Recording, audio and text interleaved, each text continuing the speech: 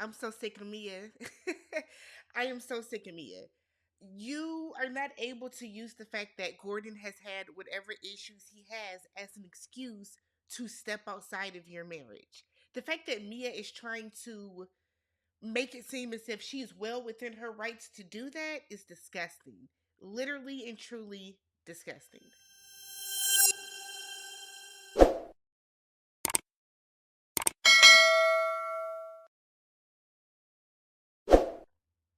What's up, y'all? Welcome back to the channel. I'm Tammy. This is Tammy Talks. We're here to talk Real Housewives of Potomac, Season 9, Episode 7. Hard launch, soft laughing. I'm congested. I don't feel the greatest, but we're going to get this video out. So, do me a favor if you haven't subscribed, thumbs up the video if you like it, and then leave your comments down below. So, the episode starts off with Stacy. So, she's at her apartment, you know, that little crash pad that she has in downtown DC, I think. And Stacy has TJ over with her.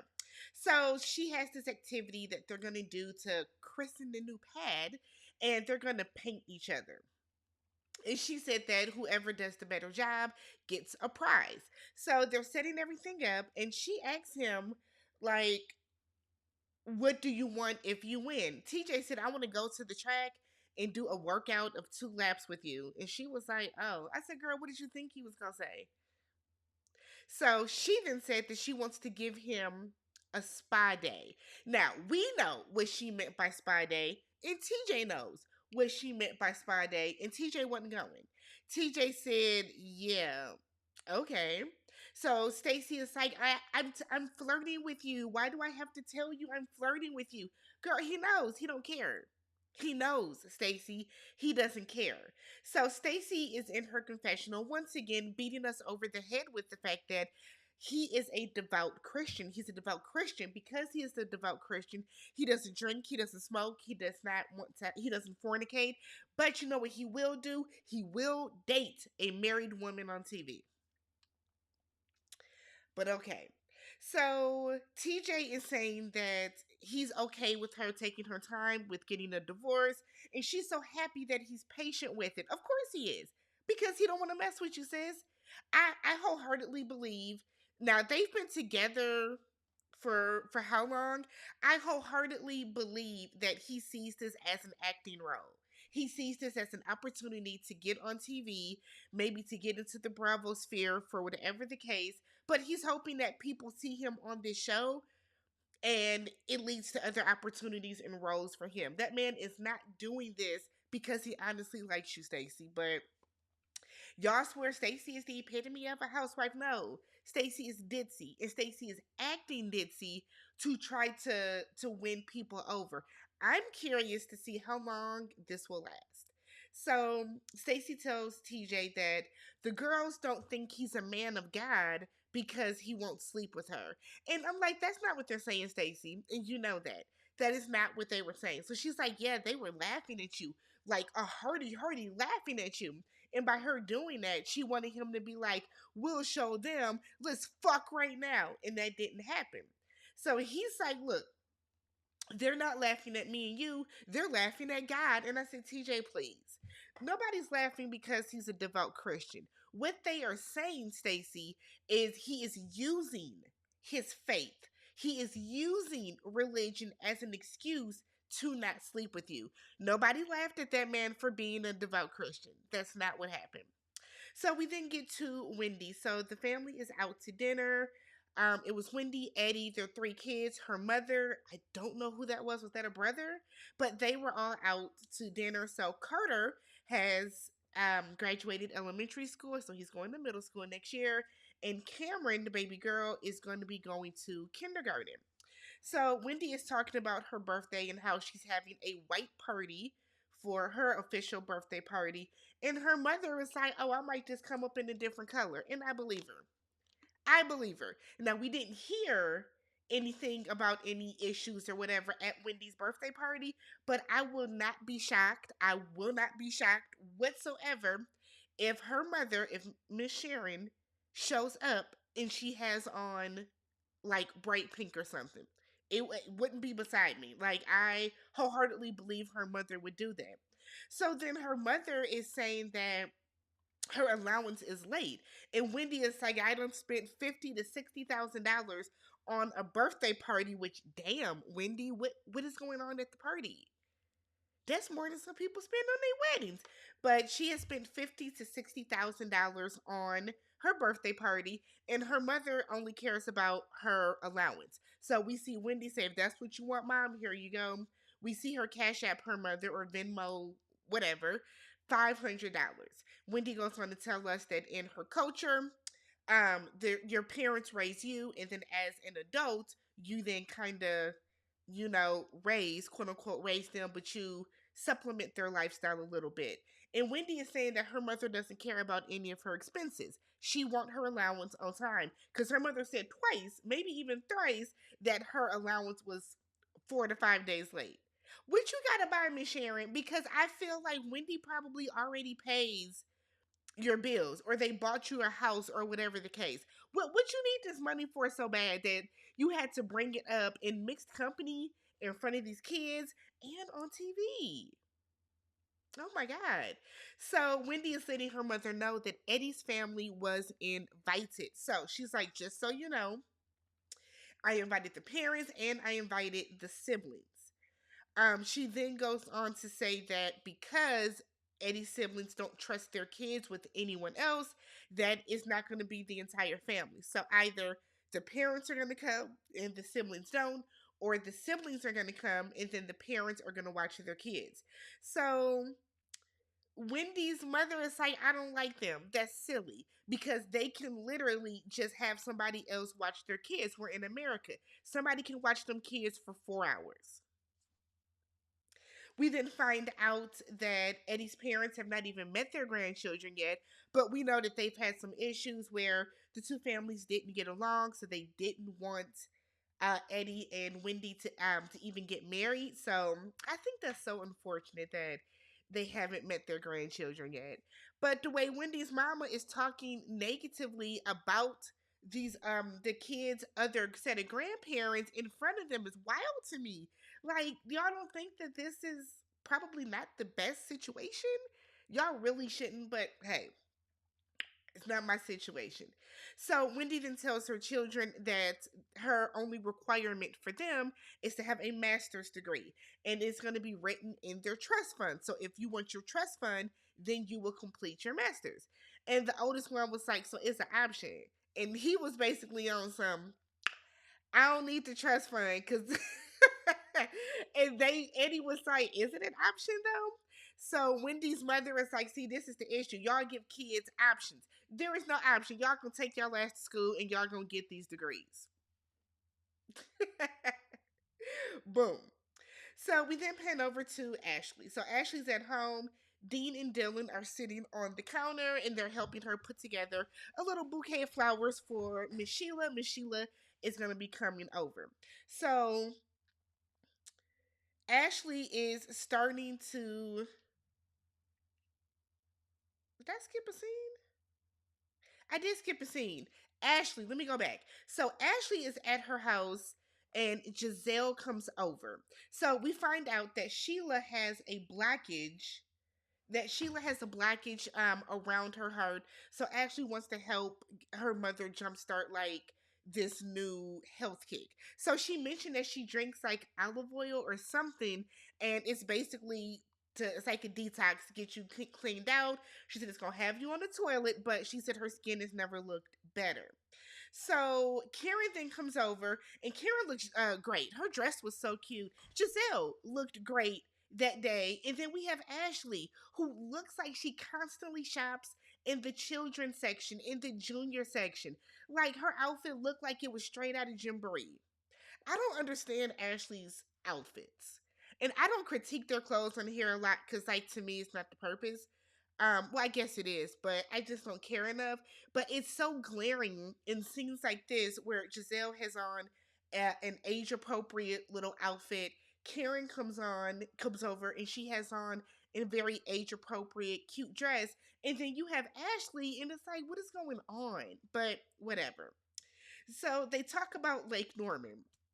Karen is saying how disappointed she is that Mia and Jacqueline said that she needed rehab. Now, maybe Jazelle didn't know about this, but she looked overly confused. So Karen then said that Mia has admitted to having an opioid addiction on her YouTube channel. So, bravo, thank you. Puts up the clip where Mia is saying that she overdosed from opioids, and because of that, she turned to a more holistic approach, and that is when she got into the joint chiropractic and learned that that's a different way to, I guess, deal with pain and all of that type of stuff. So Mia said that right now, not Mia, Karen said that she's trying to protect her peace. So Jazelle asked Karen how she's feeling about her upcoming situation. And Karen said that she's scared. She's not sleeping. She's up at 3 o'clock in the morning. She's not eating. It's a lot. It's very stressful. So Jazelle asks if it is a trial, and Karen says she can't talk about it. Karen, you can say if it's a trial or not, sis. You can say if it's a trial. You can say if it's a hearing. You can say. They didn't even ask you details yet. But okay, Karen is going to stand very firm on I cannot talk about it if she don't do nothing else. So Karen then said that she's there for Jazelle as well because Jazelle was like, we're here for you. And it's very obvious that Karen and Jazelle have a relationship. They have a friendship outside of the show. I know y'all think that everybody in the world hates Jazelle, but Karen and Jazelle clearly have some type of friendship or relationship outside of the show because even though they do go back and forth, there is still a mutual respect that is there with the two of them that we do not see Karen give any of the other ladies, that we do not see Jazelle give any of the other ladies outside of Robin. So Karen said, well, you know what? I'm there for you as well, Jazelle, with Jamal getting engaged. I guess maybe it's me. I don't understand why this is such a big deal. Like they ain't been married in a while. We all know that she did that little fake dating scene situation with them just for the show. Why do people think Jazelle cares? Maybe I missed something. I don't know. Jazelle said that she's happy for Jamal and that she told him, like, you need to be married. She said because pastors and politicians do need to be married, which we know is like a societal thing. We want pastors and politicians to be married. I saw somebody, couple people on Twitter that were saying, like, why is that a thing? I don't know. I think it gives more of a family look, a family feel, kind of makes them seem a little more trustworthy. So Jazelle is like, I knew about it. Jamal took the girls out to dinner and told them he was getting ready to get engaged. Now she said that the girls were confused because they didn't know that he was even dating this lady that looks like a Jazelle 2.0. He's Jazelle is saying that the girls thought that that was just a friend, so it just went from friend to fiance. They just got married, literally over the weekend. So friend to fiance to wife. Okay, so Karen is like, "Well, Jazelle, why didn't you tell me?" Jazelle said, "Because that's Jamal's life, and I want him to be happy. I have no, none of my business." Karen is then like, "Well, when are you going to be happy, Jazelle? When are you going to pray for a man? I want you to find a partner." And like Jazelle said in her confessional, this is clear deflection on Karen. It's clear deflection. You ask anything about me, the slightest thing about me, so now I'm gonna completely switch up the conversation, and I want to dig in on your ass the best way that I can. Which I feel like all anybody ever says about Jazelle is that she can't dress, her house looks a mess, and that she doesn't have a man. Like you got to find something outside of those three. But bringing up Jamal to me was a waste of a piece of shade. I don't know.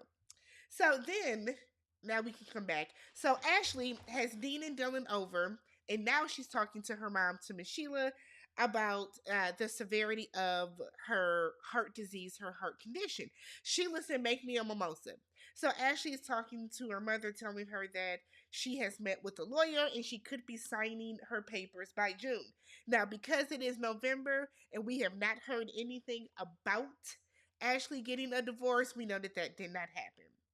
So Ashley now has a newfound appreciation for her mother after being a single parent herself. Remember, Ashley was very stressed and scared and worried about having to take on the full responsibility of being a parent to Dean and Dylan because they were out of the household, and she was questioning herself.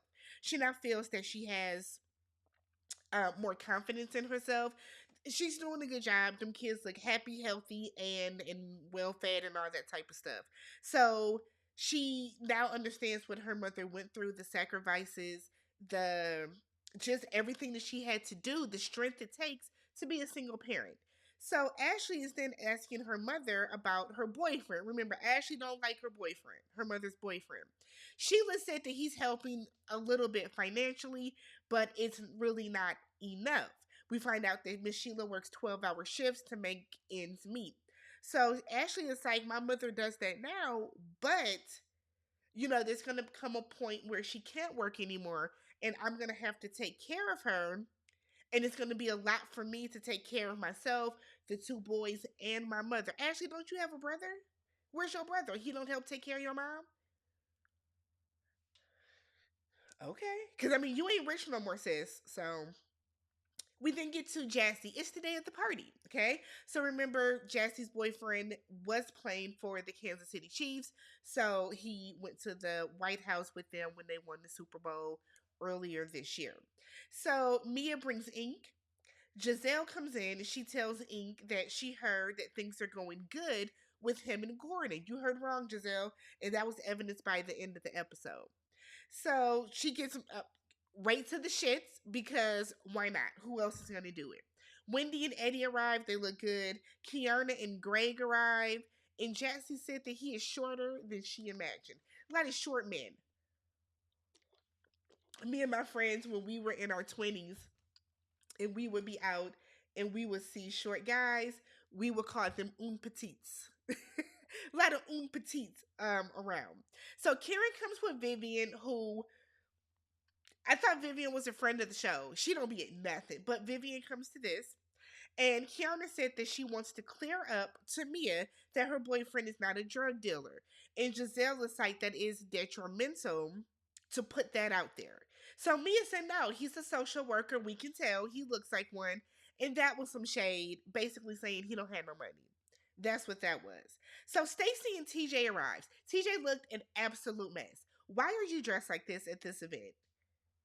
I expected better from him. He had on them big ass Adidas. He had on like ripped jeans. Like he just what your shirt was untucked. I expected way better from TJ. So Wendy is in her confessional and she said that the moment that she met TJ, she knew immediately that that man was not sexually active. We can all tell. And if he is, it's not with Stacy or anyone of her kind. Okay. So Eddie then said that, talking to TJ, that great relationships start with a friendship first, which is true. TJ said, yeah, because, that's why I want to wait for the physicality of it. Once you get physical, then it's like, now what? I'm bored. Yikes. Yikes. So Darius comes out. He cleans up well. He's a decent looking man. Jassie's with him for the money because he's not like a super, super looker or anything like that. Maybe he got a body. The ladies were talking about his arms. So Mia, the ladies are all together. Mia tells Karen, Jazelle told me that you were coming after me. And Jazelle was like, whoa, whoa, whoa. Whoa, whoa, whoa. Let's clear this up. Let's go to the side. So they go to the side, and Jazelle is like, no. I said exactly what you said, Karen, about Mia going to rehab. And they show the flashback, they show the clip. Jazelle said, I didn't add any extra sauce to it. So Mia said, well, I didn't go to rehab, I overdosed. So Mia is in her confessional and said that she had some type of accident, I believe she said, and she turned to a more holistic way to kind of get off of the addiction, but she overdosed. She was in the hospital. She did not go to rehab. So Karen said, well, look, you've been coming at me nonstop. Okay, it's okay for me to believe that you ended up in rehab from that. Now, is it okay to believe that? Maybe. But Karen, you did. It's not that you believe that. You heard opioid overdose, and you decided to turn it into a rehab situation. And you only said rehab because Mia said that you wanted to go to rehab. Mia said, look, I'm not a yes friend, and you know that. So I'm not going to tell you what you want to hear all the time. I am not a yes friend. And there are people that are okay with that, and there are people that are not. I am never going to tell you what you want to hear all the time. I'm never going to do it. Never gonna do it. If you ask me for the honest truth, you ask me to be 1,000% real with you, that is what I'm going to do as a friend. I'm never gonna send you off just because you need your ego stroked. If you want your ego stroked, tell me point blank. And then we can go from there. But if you're asking me an honest opinion about something, I'm gonna give it to you. So Karen then said, well, look, you went low, so I went low too. So we both can agree on that. And then Karen is like, and I'll go low again. And it's like, what is going on? I thought y'all were making up, but apparently not. So it ends with Karen saying that Mia has been on public balls, that the balls hang low, and that is her profession. Anything that Karen can do to deflect away from her situation, she is going to. Personally, I think Karen is going out kind of bad this season. I know some of y'all really go up for Karen, but this isn't a good look. It is not a good look. It would just be best if there's another way that Karen can handle this. There is. So we then see Karen meeting up with her cousin David. We have met him a couple of times. He is from Surrey County. And David is concerned about Karen's stress levels. So they're eating lunch, and Karen said, look, the bitterness started with her parents passing because she had, the issues that her and Ray were having, the tax issues. Karen is saying that she had to keep the family afloat. She had to support them. So they downsized to Virginia. And I do remember this. Karen wanted to move her parents closer or move her parents in with them. Her parents passed before she got that opportunity to do so. And so she said that everything that has happened, I guess, over the past 10 years has bubbled up so much and everything came out that night. What we find out now is that David was on the phone with Karen when she had her car accident, so he heard the crash. So he gets emotional, he starts to tear up, and she's like, "You know what? I'm sorry that you heard that." And then she quickly is like, "I can't talk about anything on TV." And it's like, do y'all think that David was really on the phone with Karen? Do y'all think so? I don't know. I don't know. So the final scene is Mia. So Mia and Ink are at the house. Ink said he has a surprise for the kids. It's some popsicles. The kids are excited.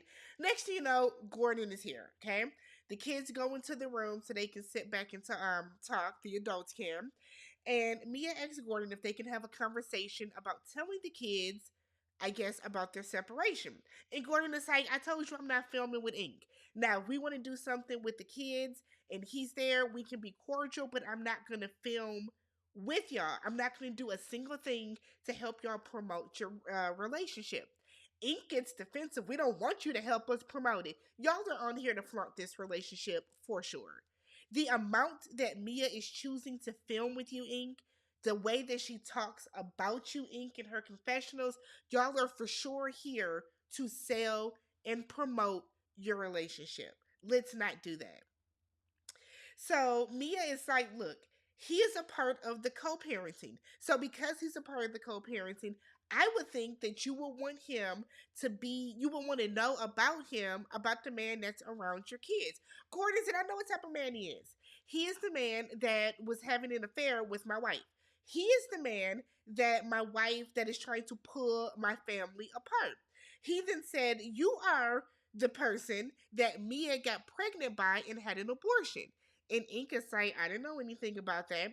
Mia apparently never told him because Mia looked shook. Mia looked a little nervous that Gordon even put that out there.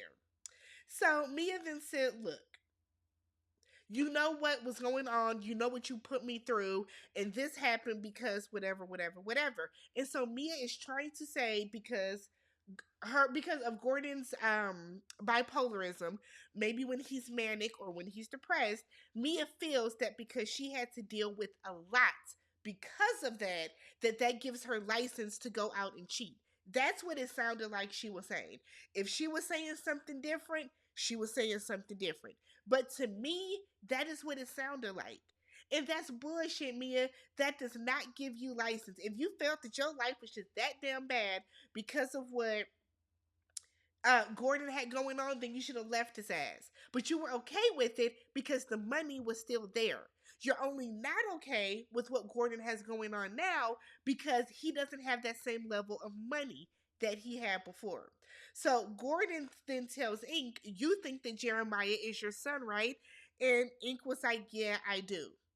So then Gordon was like, "Look, I'm not going to do this because he's getting loud or whatever the case." He leaves. So Mia is telling Ink that she is concerned when, Gordon looks as if he's a little mentally unstable, or unstable, I should say, a little mentally incapacitated at the point.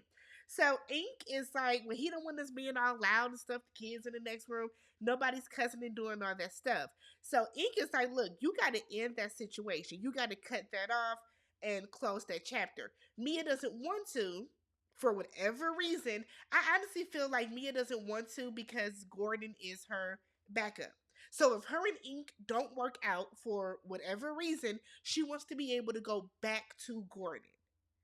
That's what I get out of it. But let me know what you guys thought about this episode. If you have not already, subscribe, thumbs up the video, leave some comments down below, and I will catch you guys in the next one. Peace.